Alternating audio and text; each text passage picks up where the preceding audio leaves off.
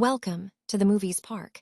While Darby was fighting her drug addiction in rehab, she got a surprise call from a guy named Joe. He informed her that her mother had suffered a serious brain bleed and was rushed to Salt Lake Hospital. Overwhelmed with shock and worry, Joe urged Darby to call her sister Devin for more information. But when Darby tried to make the call, a staff member stopped her, telling her that rehab rules didn't allow outgoing calls. Despite her desperate begging, the director refused to change the rules. That night, determined to get through, Darby knocked on the door of Jade, a fellow patient, asking to take her illegal phone. Jade initially refused, so Darby threatened to report her. Reluctantly, Jade handed over the phone. Darby quickly dialed her sister, asking for bail money to visit their mother. Devin curtly refused, saying she was too busy at the hospital and had no time for Darby's drama.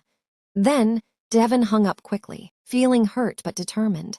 Darby chose to break out of rehab, sneaking out in the middle of the night. She found an open car with a packet of cocaine inside. Fighting the desire to use it, she hid the drugs, hotwired the car with a hammer and screwdriver, and drove off.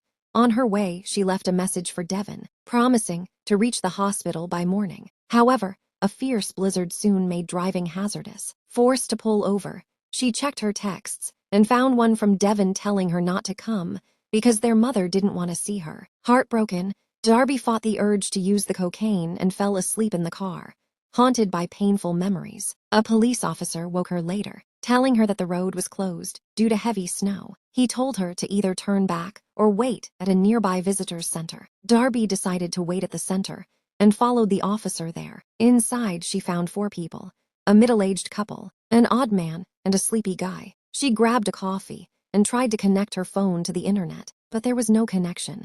When she asked about Wi-Fi, Sandy, one of the people there, told her there wasn't any. Determined to find a link, Darby walked outside and heard muffled screams coming from a vehicle, brushing the snow off the windows. She was terrified to see a young girl tied up inside. Trying to open the van's door, Darby found it locked. Realizing the minivan belonged to someone inside the tourist center, she knew she had to be careful. Returning to her car, she tried to call 911, but found no service. Suddenly, she saw a man in the side mirror, sending chills down her spine. Stepping out, she found it was Bill, also looking for a signal. Darby acted normal, not wanting to raise suspicion, and headed back inside. Back in the tourist center, Darby tried to fit in, unsure who the kidnapper might be. Bill proposed playing a card game, and everyone agreed. While playing, Darby quietly asked questions to learn more about the others. She found out Bill was a former Marine. His wife Sandy was a nurse, and the other 2 guys were called Ash and Lars. Through discussion, Darby became suspicious of Lars. Excusing herself, she headed to the bathroom to try calling 911 again. But still, there was no signal. Darby tried to send a message, but it failed. With no other choices, she chose to help the girl herself. She grabbed a utility knife from the bathroom and went back to the van. Using the knife, she managed to open the door and started untying the girl's hands. Finding the girl had a high fever. Suddenly, Darby heard Lars approaching and quickly hid inside the van. Lars arrived, obviously upset about losing the card game. He told the girl she was lucky to be there, because the outside world is full of lies and cheats. He saw the cardboard covering the rear window had been knocked over and scolded the girl before fixing it. Darby considered striking him with a knife, but saw he had a gun, which frightened her. Lars remembered he forgot to bring snacks for the girl and went back inside to get them. Darby told the girl she would come back to help before getting out of the van, but left the knife behind. When Lars returned with the snacks, he became suspicious upon seeing footsteps going away from the van and the unlocked door. Meanwhile, Darby quietly returned to the bathroom. When Ash checked on her, worried she had been in there too long, Darby pulled him inside and told him everything about the girl and Lars. Stressing the importance of saving the sick girl, Ash was furious and came up with a plan. Darby would go to the van to help the girl, and when Lars followed her, Ash would sneak up behind and attack Lars with a nail gun found in the storage. Darby agreed and put the plan into action. She entered the car and began to untie the girl's hands, only to be questioned. "Where are the men?" The girl admitted to having 2 boys when Darby, shocked, asked how many there were. When Darby looked up at the window, she was taken aback by what she saw. Together, Ash and Lars were running toward the vehicle with the goal of hurting her. But Darby was nowhere to be seen when they went closer to the vehicle. Meanwhile, Bill started to become suspicious, since everyone seemed to be coming and departing all the time. Nevertheless, Ash found Darby and threatened her with a pistol. After stealing Darby's phone and erasing all of her 911 texts, he looked through her private chats and learned about her mother's sickness. Darby accused Ash of abusing children, but he fiercely disputed this and claimed it was all about the money. He said that, when the girl is ransomed to her father, they would bring her back to her house. Darby noted that the kid was ill and required medical treatment, but Ash asserted that the girl had Addison's condition, which meant that too much excitement might result in an adrenaline overdose, making Darby's intervention risky. At that moment, Sandy appeared there, and Ash informed Darby that he would murder everyone before he could get away if she told anybody. When Sandy noticed something was strange, she gave Darby the opportunity to confide in her, but Darby didn't say anything. Later, as everyone was seated around the table once again, Darby subtly informed Bill that Ash and Lars were armed and dangerous. Darby realized in a flash that the girl was free. Lars saw her too, and he swiftly made up a reason to leave Ash alone. Ash trailed after Darby as they went to the restroom.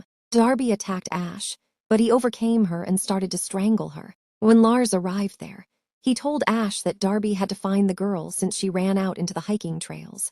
Darby discreetly snatched Ash's vehicle key after seeing it had dropped during the scuffle. Darby then shouted out to the girl as Ash and Lars dragged her onto the hiking route at gunpoint. Darby inferred from their chat that their goal was to sell the girl, not hold her hostage. Darby abruptly realized this. Darby escaped by hiding behind a tree as Ash attempted to shoot but missed. When Bill heard a gunshot and rushed outside to look into it, he found the girl unconscious in front of the tourist center. He brought her inside. Not long later, panting, Darby burst in and told Bill and Sandy the truth about Ash and Lars. From outside, Ash and Lars shouted for the girl, threatening to shoot everyone inside. Bill didn't have a gun, so he swiftly covered the windows with drapes and told them he would shoot if they came inside. Ash and Lars paused about this, but as the girl's health got worse, it became evident that only the two guys were taking the required medicine. They suggested exchanging the girl for the medication, since the girl would die without it. Sandy advised Bill to accept, while admitting that she had the van key. Darby accepted. Bill responded, "I'll return their van key, so they can leave safely if Ash and Lars give the medicine." Ash discovered the key was missing as he hurriedly searched his pockets.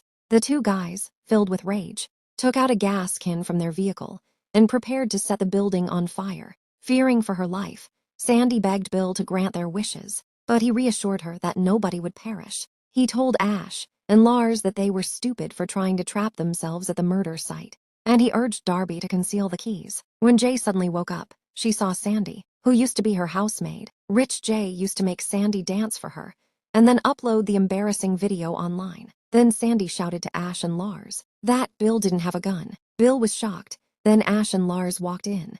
It became clear that Sandy had planned to abduct the girl in exchange for cash.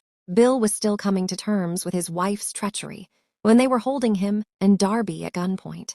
Tearfully, Sandy confessed that she thought they would kidnap the child for money, so she did it for their future. Darby disclosed that Ash and Lars wanted to trade the girl rather than hold her hostage. Startled, Sandy attempted to persuade Ash that there was no need to sell her since the girl's father would pay whatever. Ignoring her, Ash insisted that Darby give him the vehicle key. Bill cautioned that disclosing the location of the key would put everyone at risk. Bill was fatally shot by Ash as Lars stepped in and avoided being sprayed. Sandy panicked and attempted to pepper spray Ash. Ash shot Sandy as well. Furious, after using a nail gun to fix Darby's hand to the wall, he pulled Lars into the bathroom so he could have his eyes treated. The girl was asked to hand Darby a hammer. The girl handed her the hammer, but she had to hurriedly conceal it when Ash came back before she could do anything. Ash used a message from his sister to inform Darby that her mother had died. He also discovered a police message informing her that help was on the way. Ash threatened Darby that if she didn't tell him where the key was, he would nail the girl too. Darby admitted grudgingly that the key was beneath the snow outside the restroom. Ash gave Lars the rifle so he could keep an eye on the females while he looked for the key, assuring the girl that Lars wouldn't shoot. Darby advised the girl to turn off the lights in a stealthy manner. The girl approached the switches gently even in spite of Lars's yells. Darby took advantage of this opportunity to take some painkillers. The girl switched out the lights, so Darby took the nail out of her hand and used the hammer to attack Lars. Ash raced back after hearing a gunshot and found Darby threatening Lars with a pistol.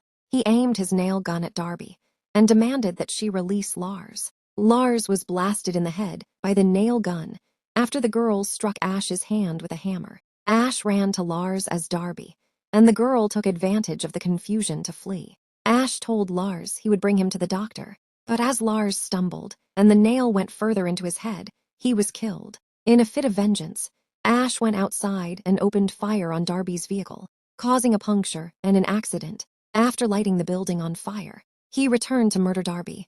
At that moment, Ash was told to keep away from the automobile by the police who had arrived. Ash put on a brave front, but Darby showed up and shot him. When Darby attempted to kill Ash again, the officer shot her. The officer ordered her to stop.